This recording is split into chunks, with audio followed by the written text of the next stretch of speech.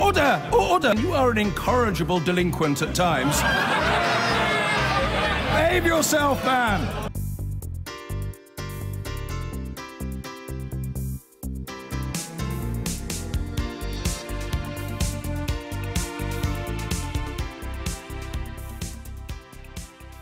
The government is preparing to publish advice designed to prepare the UK for the possibility of a no-deal Brexit.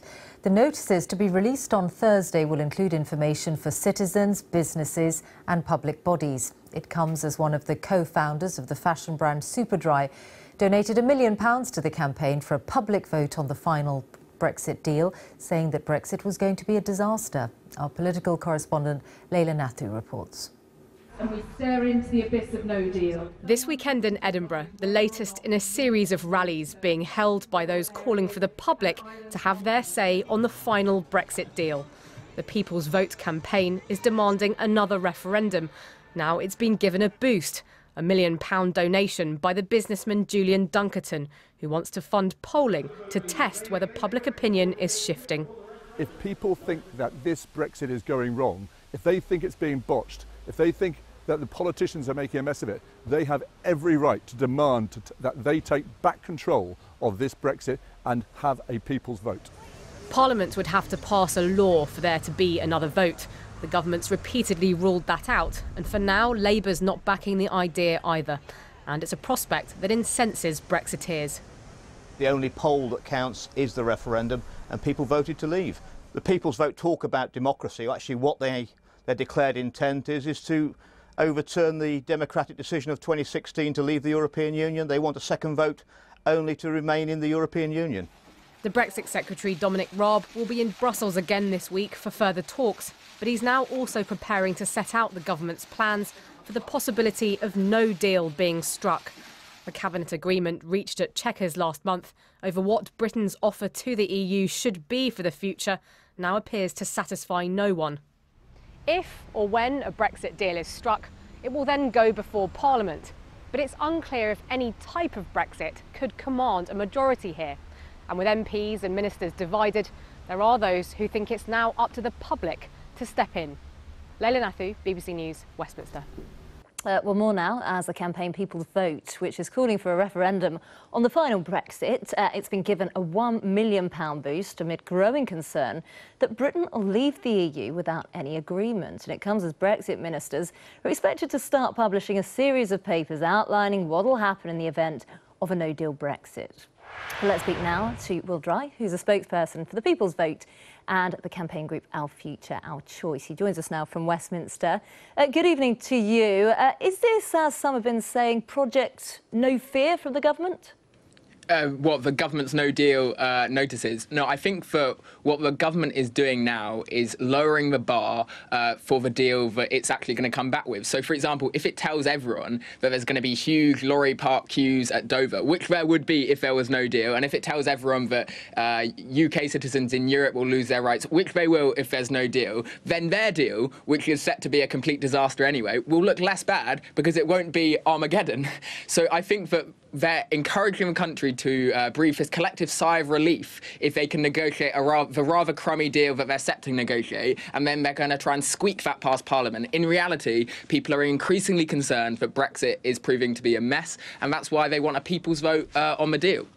But they're saying this is common sense, and they're trying to prepare people for what may be a no deal so that businesses can ready themselves.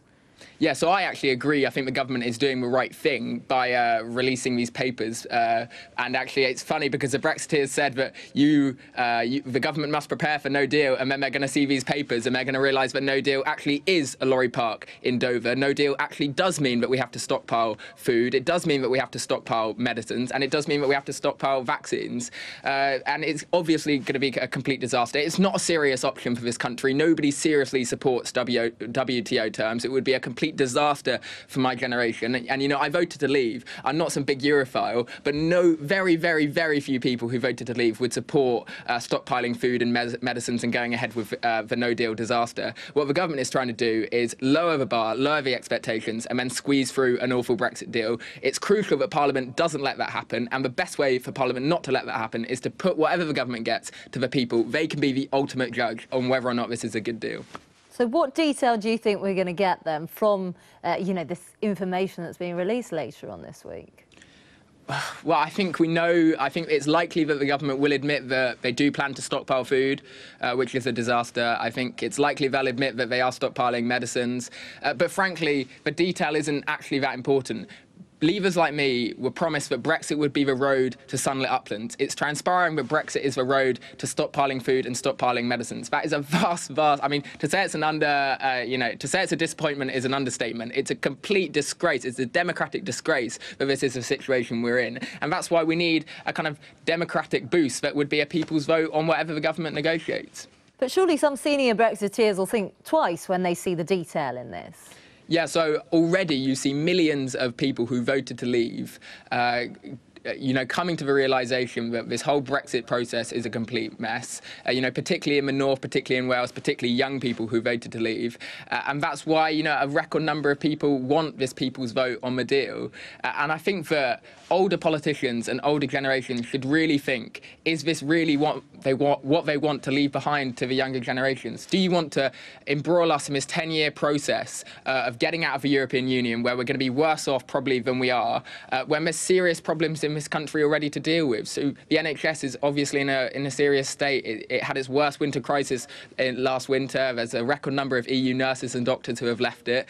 The prison population has doubled in the last generation, despite funding for it has been cut by a third. There's a social mobility crisis. There's a mental health crisis. There's severe regional inequality. I encourage today's politicians, whether it be in the Conservative Party or the Labour Party, to deal with those proper problems rather than to go ahead with what most of the country is now realising is a very messy situation and is not actually going to solve the problems that Boris Johnson and Nigel Farage said it would.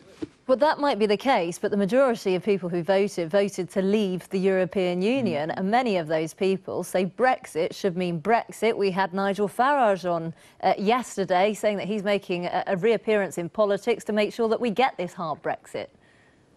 I mean, look, I voted to leave. When I voted to leave, I was listening to the likes of Nigel Farage, who said that we'd get this amazing deal and it would be really easy because the German car manufacturers would tell Merkel that you must give a good deal to the United Kingdom. The reality is that Nigel Farage has lost enormous credibility with people in this country because that hasn't happened. It hasn't happened at all. Instead, we're the ones who are now, our own government is claiming that there's a 50-50 chance of no deal. We're the ones who are, on our knees begging for this good deal. And the whole process is really falling apart around Nigel Farage and around the Brexiteers and around his Thatcherite project. People are waking up to the fact that Brexit isn't going to deliver what they wanted it to deliver, which was more money for the NHS.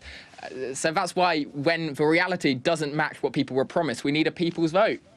OK, Will Dry, we'll have to leave it there. Thank you ever so much for your thoughts. So the founder of the Superdry fashion chain has given £1 million to those campaigning for a vote on a final Brexit deal. Multimillionaire Julian Dunkerton believes there is, as he puts it, a genuine chance to turn this around. And he claims his company would not have been a global success story if Brexit had happened 20 years ago. The government says it'll publish advice for businesses and the public about how to handle a no Brexit deal come Thursday, although it still says that a deal with the EU is the most likely outcome by far. Here's Anya Pop. It's a mechanism for peacefully disagreeing with each other. For some, it's a ludicrous idea, but not for these campaigners out in Edinburgh this weekend to support a public vote on the final Brexit deal. Their cause boosted by a £1 million donation from Superdry clothing co-founder Julian Dunkerton. They say people deserve a fresh vote once they know what they're voting for.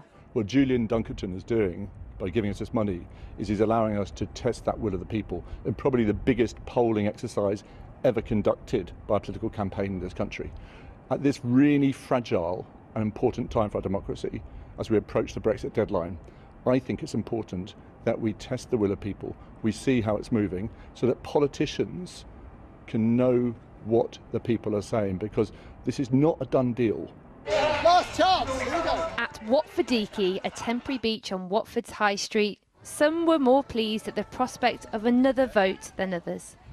I think leaving Europe would be actually quite detrimental, but I also understand by having another vote there will be quite a lot of conflict. And what about people who say, oh, you can't keep voting until you get the answer that you want? Well, we can't keep voting. What do they mean by that? It's just once when people have more awareness, which is fine. My personal opinion is the country spoke. 2 years down the line, why is it still being discussed? Just do it and move on. So you wouldn't support a second referendum? No. Even though it might mean that your side wins? It's not about winning, is it? I don't know. I've personally kind of heard of people that have changed their mind. Yeah, just with what's been going on since the referendum, I think that'll have changed enough people to swing it to a Remain vote. Yeah. I voted to come out. To leave? Yes, to leave. And what do you think of how negotiations Very bad, have gone? very bad. Do you feel hopeful that she will get the deal that you want in the end? No. No? No. And that's the reason Nigel Farage has started to campaign for Leave Means Leave, to fight against a soft Brexit deal, or worse, a second referendum. An increasing feeling in the country, in my view, that Brexit is being betrayed. We're not getting the Brexit we voted for. The point about this Leave Means Leave campaign is we're going to have big public meetings, we're going to have bus tours, we're going to have people out with street stalls, leafleting. We are relaunching the Brexit campaign because I trust the people on this more than the politicians in Westminster. Tory MPs warned today of entryism in the party after the pro-Brexit group Leave.eu encouraged its supporters to become Conservative members in order to back pro-Brexit MPs in a future leadership contest. This week, perhaps the clarity both sides seek, as Brexit Secretary Dominic Raab heads to Brussels on Tuesday to speed up talks with the EU's chief negotiator Michel Barnier. And on Thursday, the government is set to lay out plans for what would happen in a no-deal situation. Just this week, the British Medical Association said a no-deal outcome would be catastrophic for the NHS. 2 years on, and the side and Brexit are more polarised than ever. Both say democracy is at stake, but they have different ideas of how to uphold it. Well, here with me to discuss all this, Lucy Harris, who founded Leavers of London, and the journalist Gavin Esler, who was the headline speaker at this weekend's People's Vote rally. Thanks to both of you for coming in. Let's take Nigel Farage's point there. Gavin Esler, the charge for you guys would be is you don't trust the people, do you? No, exactly. We do trust the people. That's why a People's Vote is necessary. I'm glad that Nigel Farage is now backing a People's Vote. Fantastic. But they've spoken. The people have done it. They've spoken in favour of Brexit. They have not spoken in favour of the particular deal which has been badly negotiated by the Brexit bunch. We are in the Brexcrement. Right. We're up to our necks in it. It's a mess, not because people opposed it, because the people who told us it was all going to be a fairyland and wonderful don't know what they're doing. Right. It's time for people to... Well, we'll examine the plumbing of Brexcrement in a second. Nigel Farage's point, Lucy Harris, trusting the people.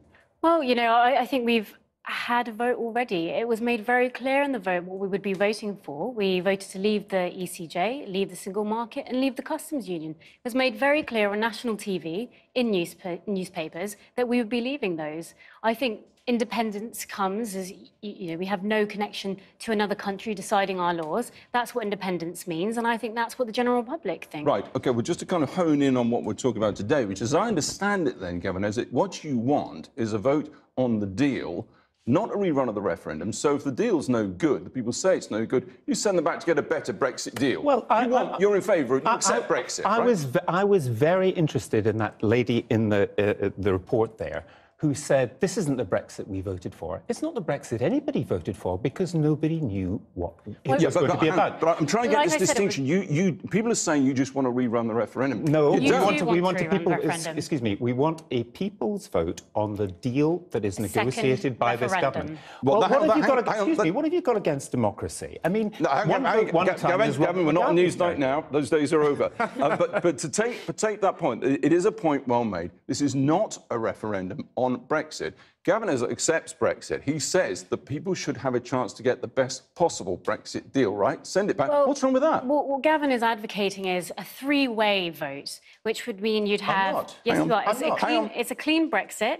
It's a deal, the Chequers deal, and then it's remain in the EU. What that basically means is that we're going to divide the Brexit vote, and then we're going to put ours there to give it more of a chance. And that's basically what's happening. It's a trick, it's a trap, and people should not be falling for it. Well, you can trust, you can trust Nigel Farage if you like. You can trust Boris Johnson, who said he was going to lie down in front of the Heathrow bulldozers. He didn't lie down in front of Heathrow bulldozers, but he did lie on the side of a bus. You can trust those people, or you can say that the deal which is negotiated by the British government, led by Theresa May, has to be put to the British people. And I do not understand why you're frightened of a democratic vote. One vote, one time is Robert Mugabe territory, and we're better than that. I'm absolutely not frightened. In fact, if you want a second referendum... I don't want a second referendum. If you want a second referendum, what you can do is give us the Brexit that we voted for, which is a clean Brexit, to move out, then after 40 years of very, very hard campaigning,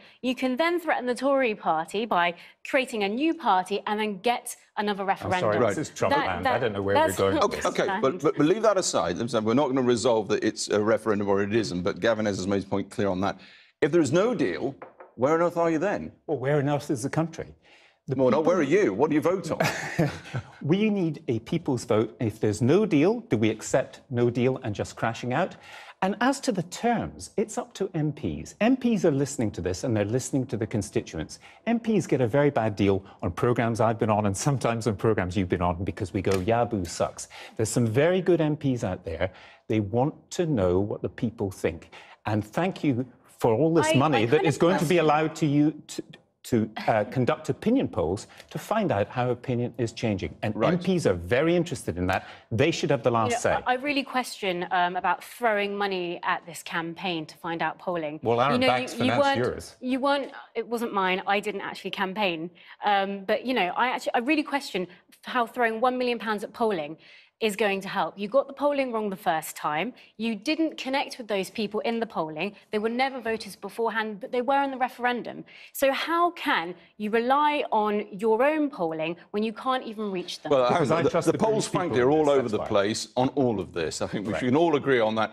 But let's get back to that point on a no Brexit deal. Where on earth does that leave you? I mean, you can't welcome that, or perhaps you can. Maybe you think, well, we'll be like Norway, Canada and Switzerland. What's so bad? Ideally, I'd love, I'd love us to be able to have a Canada plus deal. It works both ways then. It benefits the EU, it benefits us as a country, and it works out both ways for us. The idea that that can't happen is not true. We could have that, but I think the EU is playing games with us. It doesn't want to give it to us because it's being political. It wants to show us up. That's what it's trying to do. Right, final point, 20 seconds, Gavin. Is there any chance at all of getting the vote you want? There's not, is there? I think there is absolutely a chance, and I don't care what the Brexit bunch say. I care what they do. Jacob Rees-Mogg is moving money to Ireland. Lord Ashcroft suggests let's invest in Malta. That's really so great. Funny. The Brexit is so great, they're moving their money elsewhere. Think about Gavin, that. that's extremely funny. Because I'll have to leave it there. Funny or not, polarised as ever. Thank you both very much for coming in. Thank you